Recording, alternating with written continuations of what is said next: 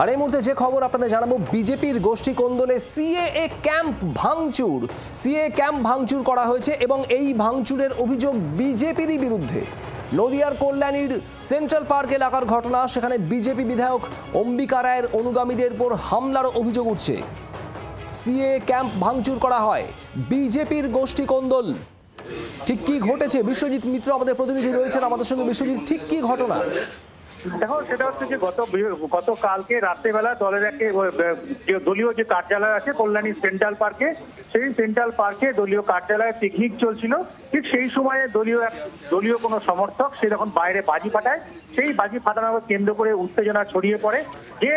যেখানে যে অম্বিকা রায়ের যে দলীয় কার্যালয় রয়েছে ঠিক পাশেই কিছুদিন আগে গত 16ই সেপ্টেম্বর সেখানে যে সাংসদ শান্তনু ঠাকুর তিনি একটি আলাদা কার্যালয় তৈরি করেছিলেন। সেখানে সেই সমস্ত লোক তারা ছুটে আসে এবং সেটা এসে অম্বিকা রায়ের যে কার্যালয় সিএ কার্যালয় সে তার ভিতরে ঢোকে এবং ঢুকে সেখানে বেধড়ক মারধর করে এবং ভাঙচুর চালায় বলে এমনটাই অভিযোগ। ধন্যবাদ বিশ্বজিৎ। আবেদন কেন্দ্র বানিয়েছে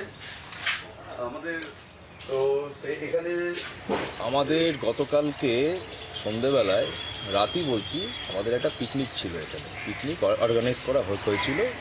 ঠিক আছে, তো সেই পিকনিকে সব কিছু ঠিকই ছিল, স্যারের এই অফিসের সামনে পিকনিকটা করা হচ্ছিল। তো সেই সময় তাপস ব্যাপারীর অনুগামীরা, তাপস ব্যাপারী কে? এই কল্যাণী শহর মণ্ডল 3-এর সভাপতি বিজেপির।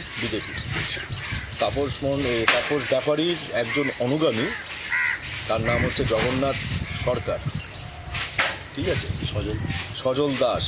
এরা মূলত জগন্নাথ সরকার যে ব্যক্তিটির আমি নাম বলছি, সে এইখানে এসে ওই দোকানটার সামনে একটা ডিলাক্স বোম ফাটায়। তখন প্রত্যেকে এখানে খাচ্ছে। মানে যেটা গতকালকে যে ঘটনাটা ঘটেছে, বিশেষ করে আমার একটা দামি বাইক R15 ভার্সন 4, সেই বাইকটার একদম ভেঙে চুরে তছনছ করে দিয়েছে।